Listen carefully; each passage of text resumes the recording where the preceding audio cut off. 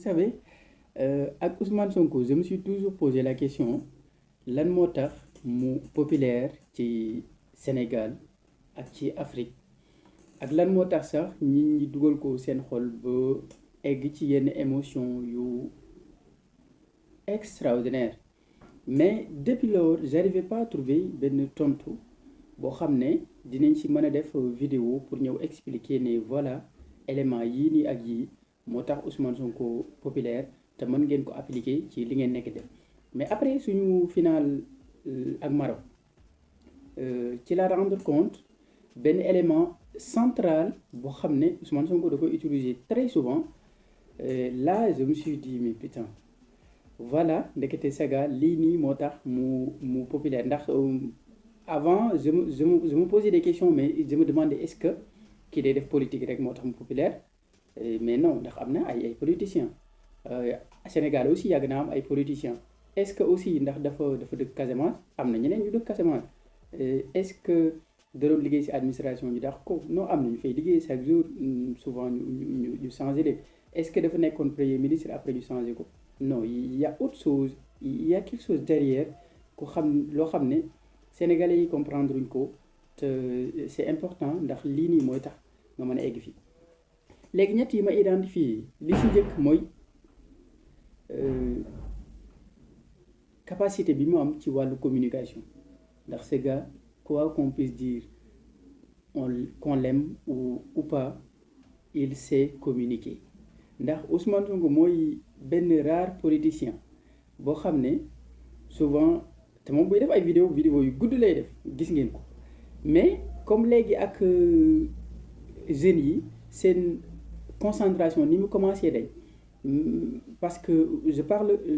en connaissance de cause souvent mooy bu dee wàllu politique parce que j'adore écouter des conférences wala yeneen ak yeneen mais quand il s'agit de la politique léeg-léeg mooy rare personne boo xam ne mën nga ñëw ci vidéo mu wax pendant 1 heure de temps nga toog di déglu parce que il a une manière de vous communiquer comme si daa nekk di wax ak yow directement en plus day wax ak sénégalais ak wolof en plus day mel ne kuy wax ak yow comme si yow yaa nekk mu toog yow y a un langage de vérité wala boo xam ne nit yi day identifier wu ci discours am loolu mooy premier élément bu am solo parce que souvent chaque jour dama leen wax ne la communication mooy compétence au 21e siècle tey jii ku la dàq communiquer gën laa nekk à l'aise ci véhiculer un message wala rassembler nit yi ci benn idéal kooku devancer na leen lu bari ak ki nga xam ne dafa intelligent am charisme mais am mënul communiquer il y a une grande différence loolu mooy élément bi njëkk li ci tegu mooy David contre Goliath loolu je m'explique mooy suñu final ak Maroc après boo xoolee vidéo yi daw yi circuler sur les réseaux sociaux je pense que jour boobu mooy jour bi yàlla ëpp lu mu jot ay demandes simultanément ndax foo xool ci àdduna bi day mel ne benn injustice la nit yi yëgandoo ne lii waruñu ko accepter ndax Sénégal dañ koo nekk di jaay doole il faut ñu ñëw défendre ko ba même ñoo xam ne sax à la base lijjanti wuñu woon Sénégal wala am ñoo xam ne sax peut-être sénégalais yi neex ñu leen woon mais ak jour boobu noonu am nañ sentiment de injustice bu ñu dawal seen xool digganteem ak seen diggante ak sénégalais loolu mooy li Ousmane Sonko di jouer souvent ndax Ousmane Sonko moom moo nekkoon David contre Goliath bañ koy dàq ci administration sénégalaise moo nekkoon itam David contre Goliath dañ demoon Macky Sall ak élément 2021 yi moo nekk itam David contre Goliath actuellement moom ak Diomaye Faye mooy tout le temps day mel ne dañ koo jaay doole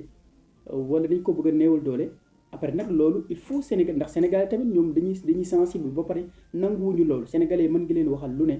mais nanguwuñ ko jaay doole nit surtout fekkee da nga am doole loolu aussi élément bu Ousmane Sonko di utiliser la te bokk na ci li def popularité beneen élément bi ci mujj mooy benn sentiment de jàmbaarte ndax sénégalais yi souvent bu fekkee leader nga dañuy bëgg léeg-léeg nga ñëw jiitu ci affaire bi souvent on a comme l'impression que Ousmane Sonko li ñuy dund gaz lacrymogène yeeg bu ñuy def manifester wala léeg-léeg noonu ñu koy jëlee jagatee ko ne day mel ni itam moom daa nekk di ko dund mooy am na benn leadership bu muy incarné boo xam ne day mel ne li muy woo booy yi pour ñu ànd ci ak moom daa nekk di ko dund. Ça aussi élément bu importance la mooy tey bu fekkee da nga nekk leader waroo toog nii rek croiser les bras ne woy dem nañ def lii, mais parfois il faut ñu lay gis sur le terrain, il faut nga impliqué wu, il faut nga galérer comme tout le monde, il faut nga ñëw jàpp si liggéey bi, ça c'est très important. léegi kon pour tënk ak li nga xam ne moo def popularité Ousmane Sonko te yow mii nga mën ko appliquer ci li ngay nekk di def mooy il faut savoir communiquer efficacement et clairement. Il faut aussi léeg-léeg yenn situation yi nga profiter jouer David contre Goliath, ça c'est important ci wàllu émotion ak rallier doomu aadama yi autour de vous. bi si mujj mooy il faut nga nekk leadership boo xam ne nit yi dinañ mel ne ci ñoom ne yow yaa njëkk soobu en premier, ça c'est important. Et n'hésitez pas à me donner votre avis dans les commentaires ak yan ngeen identifier yoo xam ne gis ngeen ne moo def popularité Ousmane Sonko au-delà du politique. C'est là-bas sur la télé qui gagner n'est pas important, c'est la seule chose qui compte. Ciao.